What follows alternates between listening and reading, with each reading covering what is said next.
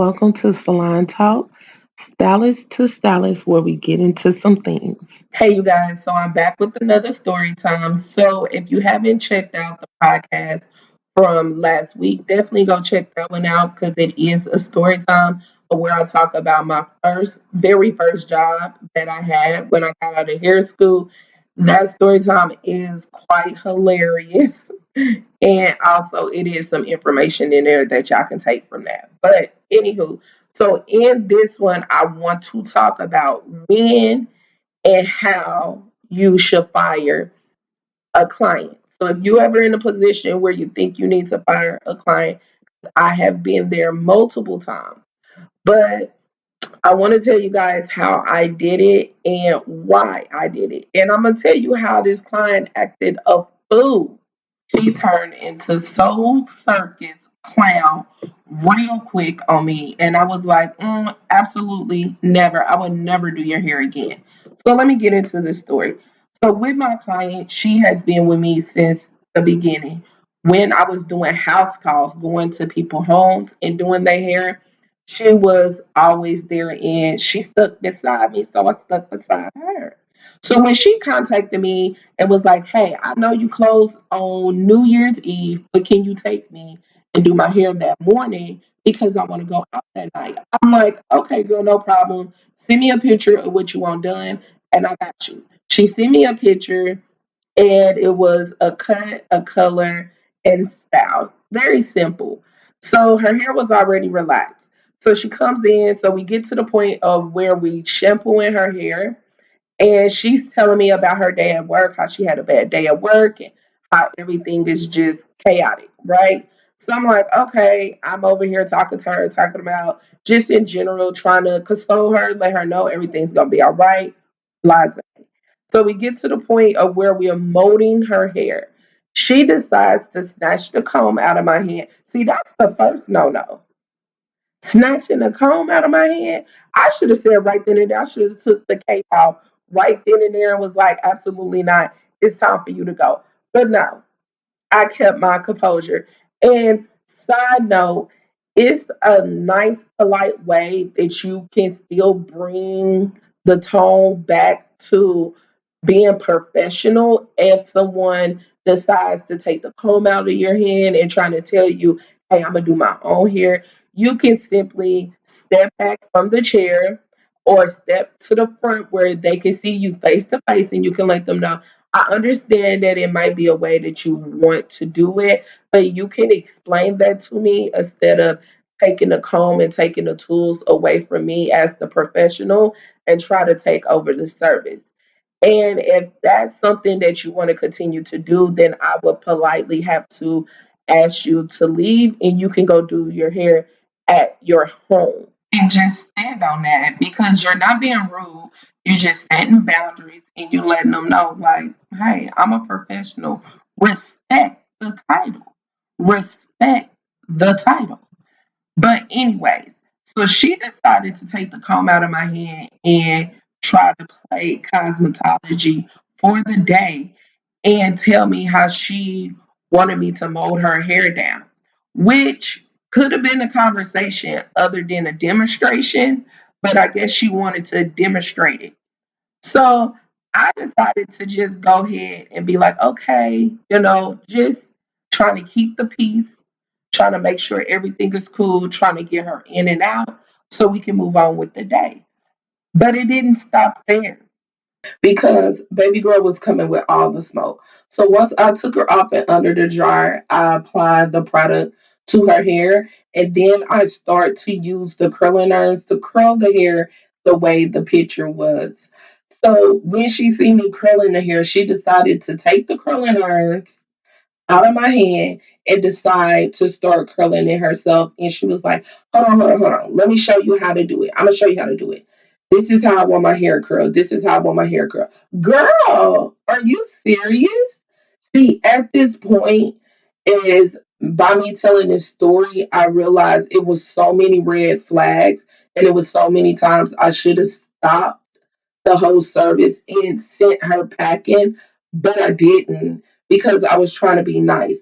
Like, just a little bit of my history is like my first job was in customer service. So it was always rooted into me like the customer is right, the customer is right. And that's wrong. The customer is not always right. Because as I tell this story, this customer was wrong as hell. But okay, so we proceed to basically tussle over the curling irons.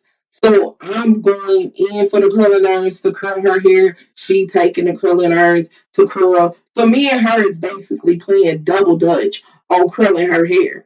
Like, it's just a whole bunch of BS going on.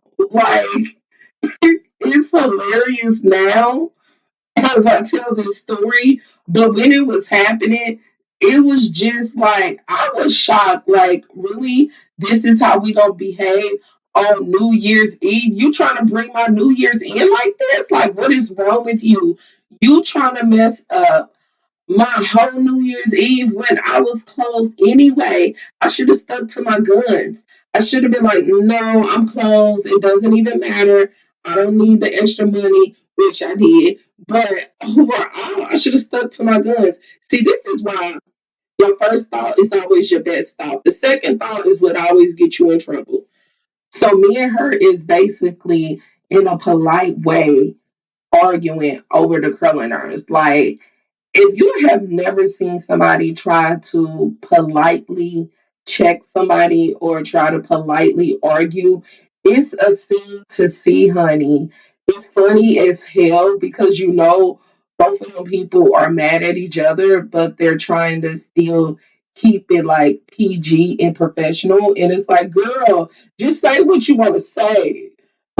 But overall, I'm smelling like, can I have the curling irons? Thank you. And she's like, can I have the curling irons to show you what I want? Thank you. And I'm like, please don't touch my curling irons. Thank you. It's just like me. I'm still trying to be professional in this moment. So we get to the end of this service. So after all of this, we get to the end of the service, and she like, I don't like my hair. I know you don't like your hair because you did it. I didn't. I wasn't the one that did your hair. You was the one that did your hair. I was the one trying to fight to do your hair, but I wasn't the one that did your hair. So she goes off about how she doesn't like her hair, how she's still gonna pay, how she feel like I need more practice. I need to, do more research, learn how to do hair, and maybe I should think about going to classes and how Black women don't go to classes to educate themselves. All they do is just go out of here school, and you can't tell them that. Like, went on this whole buffoonery rant of how she feel about Black stylists, how she feel about Black women stylists, and all these things of this sort. So I'm just listening and looking, thinking to myself, yeah, this is the last day I would do her hair because at the end of the day, you took me and you arguing over the curling irons, me and you arguing over molding your hair, and now you're trying to insult me and insult all Black women. All Black women ain't here. You trying to insult all Black women hairstylists like you in a room with all Black women hairstylists.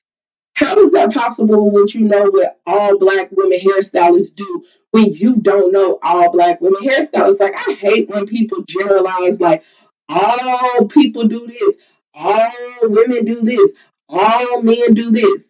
See, that's where your conversation and your point is voided out because you don't know all. Nobody on this earth know all of everybody. So, what are you talking about? Get it together, girl. So she goes into this thing, and I'm like, pay me my money, pay me my money, run me my dollars, and run me my coins. So after she paid for her service, I went ahead and let my business partner know, like, hey, can you send an email to this person and let them know that I will not be doing their hair anymore? And please send it in a professional way. And I wanted it to be done by some type of email or some type of paper trail, so it can always be referred back to if anything happened moving forward. So that's exactly what I did. And then, of course, she responded back, apologizing and talking about how she's sorry and how she didn't mean to behave that way and how she had a lot on her mind. It's like, girl, yeah, you did have a lot on your mind, and you let me know everything that was on your mind about me as the hairstylist and about all Black women hairstylists, and I don't got time for it.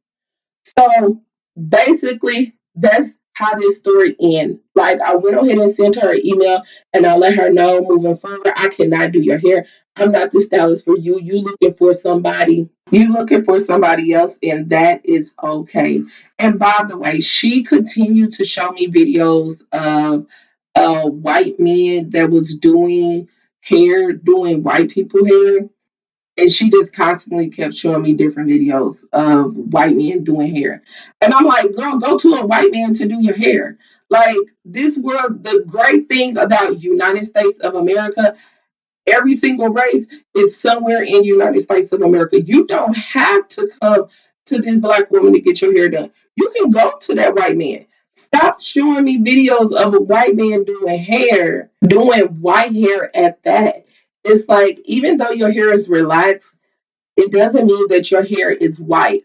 White people hair and relaxed Black hair is different. It's similar, but it's not the same. And the reason why I can say that is because I have done both. I have done white people hair.